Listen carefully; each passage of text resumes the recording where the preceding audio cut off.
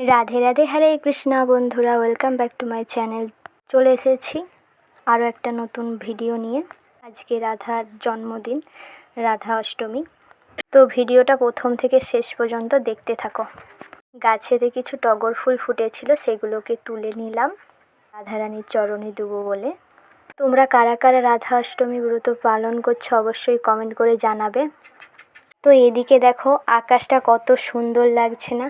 সুন্দর রোদ বেরিয়েছে, আকাশটা খুব সুন্দর লাগছে। আমাদের এখানে বন্যা হয়েছিল, জল কমছে। তো আমি ফুল তুলে নিয়ে এসে রাধা গোবিন্দর চরণে অর্পণও করে দিয়েছি। দেখো, তো চলো রাধা অষ্টমী উপলক্ষে আমি কি কি বানাচ্ছি তোমাদের সঙ্গে শেয়ার করছি। তো দেখো, এখানে আমি সুজি নিয়ে নিয়েছি। সুজিটা কিছুক্ষণ ভিজিয়ে রাখতে হবে। এদিকে এটা ভিজতে থাক, ওদিকে আলুগুলো সিদ্ধ করে নিচ্ছিলাম। আলু, সুজি, ময়দার গুলগুলা করব। আর এদিকে কিছু বাদাম নিয়ে নিয়েছিলাম, বাদাম ভাজবো বলে। তো তারপরে আলু ভাজবো বলে কিছু আলু কেটে নিচ্ছিলাম আমি। আর বটিটা দেখো, ছোট হলেও কিন্তু বটিটা প্রচুর ধার। আমার তো খুবই আনন্দ হচ্ছিল যে ভগবানের একটু সেবা করার সৌভাগ্য পেয়েছি। তো প্রতিদিন তো আমরা ভগবানকে সেবা দিতে পারি না, তো যখন পারি তখন ভগবানকে সেবা দেওয়ার চেষ্টা করি। জানি না কবে পারবো প্রতিদিন সেবা দেওয়ার। ভগবান কৃপা করলে সেই ইচ্ছাটাও আমার পূরণ হবে। তো আমি এখানে ক্ষীর বানিয়ে নিচ্ছিলাম, ক্ষীরটা হয়েই গেছে। দুধটাকে খুব ভালো করে জাল করে তারপরে তার মধ্যে চিনি দিয়ে, তো দেখো ক্ষীরটা কেমন হয়েছে। তো এরপরে আমি ময়দাটাকে চেলে নিচ্ছিলাম, কারণ ময়দার মধ্যে যদি কোনো কিছু থেকে থাকে তো বেরিয়ে যাবে। তো দেখো ডেলা ডেলা ছিল।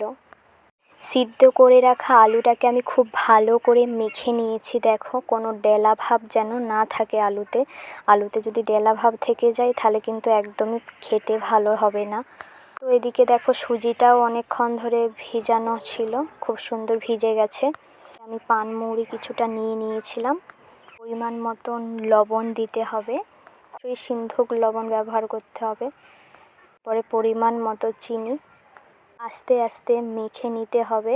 তারপরে পরিমাণ মতো জল দিয়ে একটা ভালো ডো করে নিতে হবে। খুব পাতলাও হবে না, আবার খুব নরমও হবে না। অনেকক্ষণ ধরে ব্যাটারটাকে ভালো করে ফাটাতে হবে। যত ভালো করে ফাটাবে তত ভালো হবে জিনিসটা, ফুলবেও খুব সুন্দর। একটু সময় নিয়ে আস্তে আস্তে করতে হবে। তো দেখো এখানে আমি আস্তে আস্তে ভেজে নিচ্ছি গুলগুলাগুলো। কৃষ্ণের জন্মদিনে তো তালের গুলগুলা করেছিলাম, তাই আজকে ভাবলাম যে আলুর গুলগুলা করি। জানো তো এটা খেতে কিন্তু অপূর্ব হয়। তালের বাদ দিয়ে এগুলো খেতে ইচ্ছা করবে, এত সুন্দর হয়। তারা অবশ্যই একবার বাড়িতে বানাবে, পরে আমাকে বলবে কেমন হয়েছিল। তো তারপরে আমি লুচি বেলে দিচ্ছিলাম আর জেঠিমা লুচি ভাজছিল। আর দেখো লুচিগুলো কত সুন্দর ফুলছে না? তো তারপরে ওই কড়াইতেই বাদামগুলান ভেজে নিচ্ছিলাম লাল লাল করে।